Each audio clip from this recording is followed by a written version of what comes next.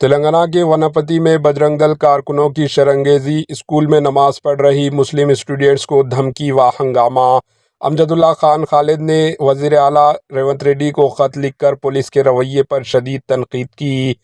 ملک کی دیگر علاقوں کی طرح تلنگانہ میں بھی فرقہ پرست عناصر کے حوصلے بلند ہیں اور ان کی جانب سے شرنگیزی کا سلسلہ جاری ہے۔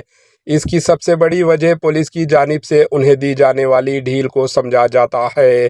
ہندوتوا تنظیموں کے خلاف پولیس کی جانب سے نرم رویہ اختیار کیا جاتا ہے۔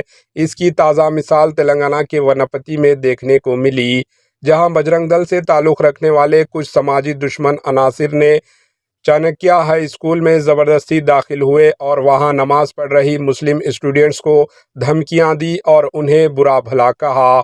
مجلس بچاؤ تحریک MBT کے ترجمان امجد اللہ خان خالد نے الزام لگایا کہ بجرنگ دل کے لوگوں نے تلنگانہ کی ایک اسکول میں نماز پڑھنے پر مسلم طالبات کے ساتھ انتہائی غیر مناسب رویہ اختیار کیا اور انہیں دھمکیاں دی۔ یہ واقعہ 23 اگست 2024 کو پیش آیا، لیکن تلنگانہ کی پولیس کی جانب سے اب تک اس سلسلے میں نہ کوئی FIR درج کی گئی اور نہ ہی کسی کو گرفتار کیا گیا۔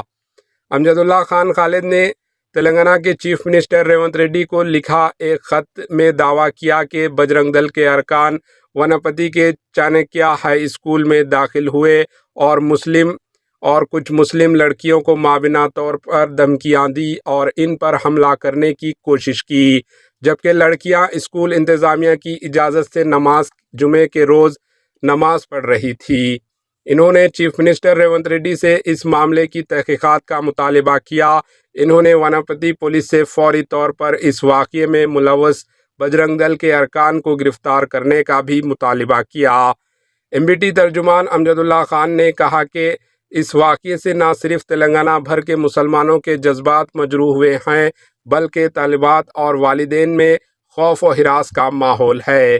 واقعے کے بعد علاقے میں بھی حالات کشیدہ بتائے جا رہے ہیں۔ انہوں نے ٹویٹر پر اس واقعے کی ویڈیوز کو بھی شیئر کیا۔ Bureau report HN news.